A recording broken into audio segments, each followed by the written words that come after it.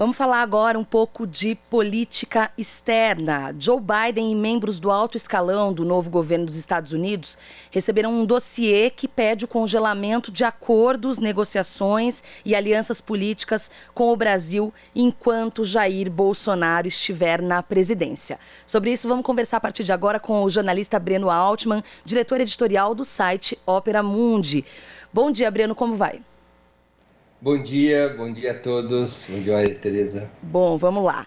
Há um trecho do documento, desse documento que eu mencionei, ao qual o Ricardo Senra, da BBC Brasil, teve o primeiro acesso, né, e divulgou, que diz que a aproximação de Trump e Bolsonaro nos últimos 2 anos teria colocado em xeque o papel de Washington como um parceiro confiável na luta pela proteção e expansão da democracia. Qual a sua avaliação de mais esse 7-1, né, que a gente leva por causa do governo Bolsonaro? Olha, nós temos que compreender sob duplo aspecto essa situação. Tem o aspecto evidente do grau de isolamento, dos constrangimentos que o governo Bolsonaro coloca para o Brasil no cenário internacional, particularmente no que diz respeito às relações com os países capitalistas desenvolvidos. Nós temos a questão ambiental com forte relevância, levou a um desgaste muito profundo do Brasil, e um outro aspecto é o combate à pandemia. O governo Jair Bolsonaro é hoje classificado como o pior governo do mundo no tratamento da pandemia. Então, essas políticas de Bolsonaro provocaram esse elevado grau de isolamento do Brasil. Você tem um outro aspecto, que é a geopolítica que será conduzida pelo governo de Joe Biden, que tomou posse agora no dia 20 de janeiro, sucedendo a Donald Trump. Joe Biden, ele sabe que Bolsonaro é um problema na América Latina, que pode provocar uma situação que saia do controle ou até mesmo que facilite o retorno de forças de esquerda ao governo. Ao contrário de Trump, Joe Biden não dá sinais de querer manter uma aliança privilegiada com Bolsonaro. Ao contrário, ele vai tentar pressionar ao máximo Bolsonaro no sentido de moderar sua intervenção político-ideológica, de moderar sua atuação, especialmente no que diz respeito à questão ambiental. E utilizará dossiês e denúncias, investigações com esse propósito, e evidentemente também com ameaças de suspensão de acordos. Joe Biden, ao contrário de Trump, ele não aposta numa relação unilateral, numa relação baseada na aposta de conexões apenas com a ultradireita da América Latina. Joe Biden deseja ampliar seu leque de possibilidades em direção à chamada centro-direita, né? A governos neoliberais, mas que sejam mais palatáveis que o de Jair Bolsonaro. E ele utilizará dos mais distintos instrumentos de pressão que possui nesse sentido. Eu queria saber também, ainda falando do Biden e dessa movimentação em Washington, enfim, do recém-impossado presidente, sobre a declaração com relação à Rússia. Como você também avalia essa postura considerada dura, né? Dizendo que os Estados Unidos, foi algo como, os Estados Unidos não vão mais curvar-se diante de ações agressivas de Moscou. Olha, em termos estratégicos, a postura do governo Joe Biden em muito pouco se diferenciará do governo Donald Trump. O governo de Joe Biden enfrenta o mesmo problema que enfrentava o governo de Donald Trump, qual seja, a decadência da hegemonia norte-americana no mundo, frente à aliança China-Rússia. Joe Biden, portanto, afrontará um e outro, afrontará a China, como tem feito, e afrontará a Rússia, como é revelador dessa sua declaração.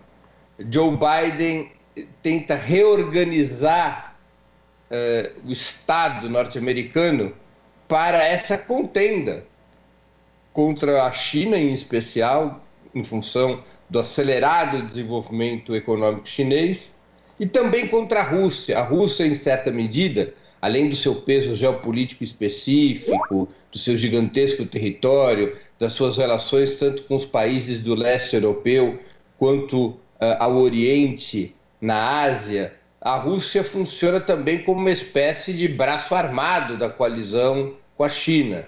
Lembremos que a Rússia tem o segundo exército mais poderoso do mundo, apenas atrás dos próprios Estados Unidos. Lembremos que a Rússia tem um gigantesco arsenal nuclear e Putin, nesses anos todos em que governa, modernizou muito as forças armadas russas.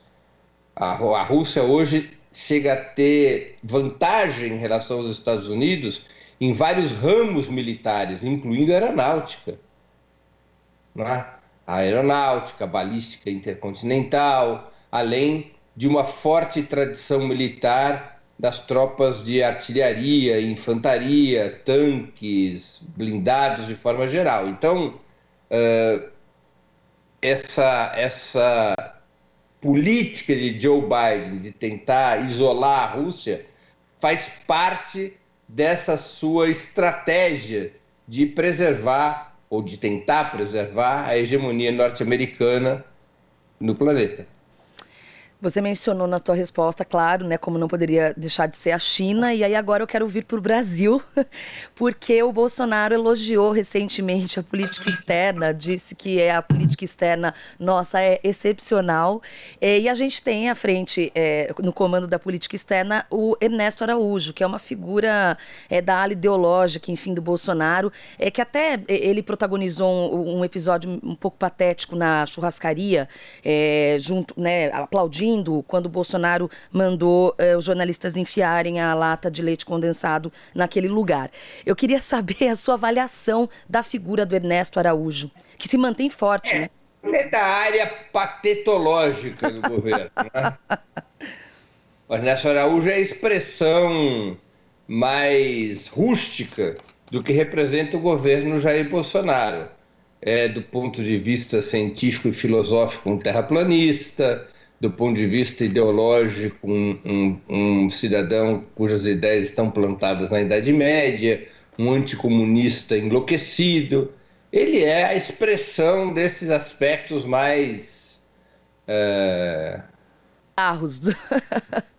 mais bárbaros do governo Bolsonaro, né?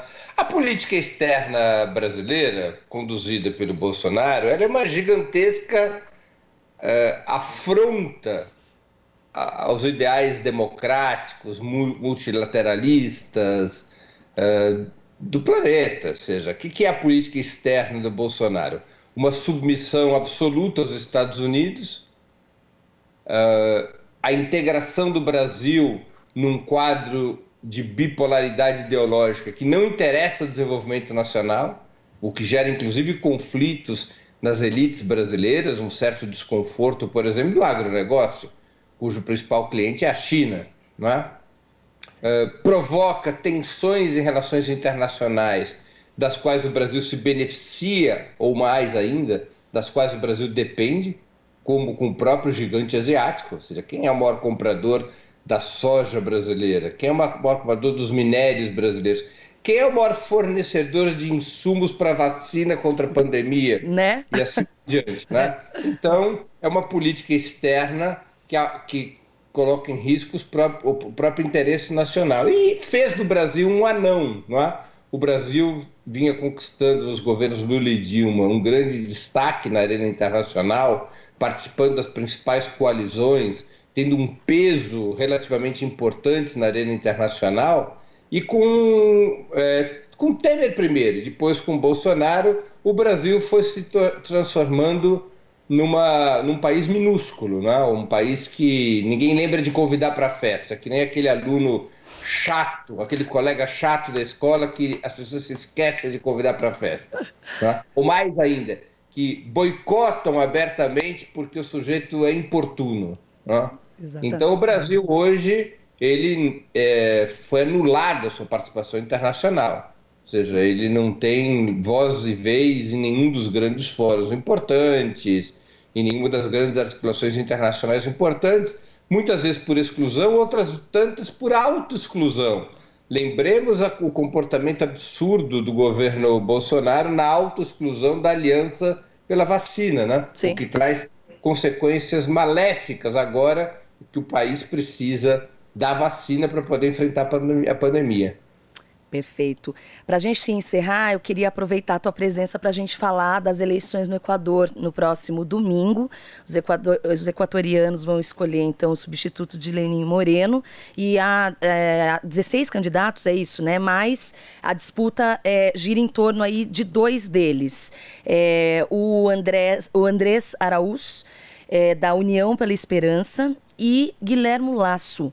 Queria saber o que está em jogo nessas eleições, considerando que a crise provocada, ou agravada, melhor dizendo, agravada pela pandemia, também pegou o Equador. Olha, o Andrés Araúz, apoiado pelo ex-presidente Rafael Correa, é o candidato da esquerda equatoriana. Ele foi ministro do governo Rafael Correa, é um quadro jovem. Andrés Araúz, ele tem 35 anos. E é o favorito para ganhar as eleições. Muitas pesquisas indicam, inclusive, possibilidade de ganhar já no primeiro turno. Guilherme Lasso, por sua vez, é um banqueiro, é o candidato das elites tradicionais do Equador. Então nós vamos aí ter uma disputa que remonta à disputa na qual Rafael Correa foi vitorioso em 2006 e que tem sido a característica da polarização da política equatoriana.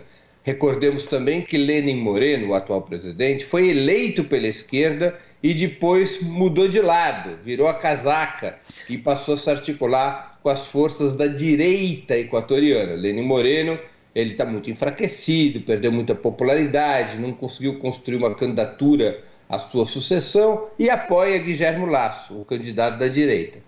Andrés Araúz tem o apoio das principais forças de esquerda, dos principais movimentos sociais, e é o favorito para as eleições que ocorrem agora no domingo, dia 7 de fevereiro. Caso ele não consiga ganhar no primeiro turno, haverá um segundo turno das eleições presidenciais, é o que prevê a legislação equatoriana. Bom, vamos acompanhar então qual que vai ser o resultado aí das eleições. Inclusive, esse tema será falado e discutido em outros programas da TVT. Quero agradecer muito a sua presença, Breno Altman, jornalista, diretor editorial do site Ópera Mundi, que, aliás, faz um excelente trabalho. Breno, muito obrigada e até uma próxima. Obrigado, Maria Tereza. Obrigado a todos que nos escutaram e que nos assistiram. Valeu. Bom dia. Bom dia. Você está ouvindo Jornal Brasil Atual. As notícias que os outros não dão.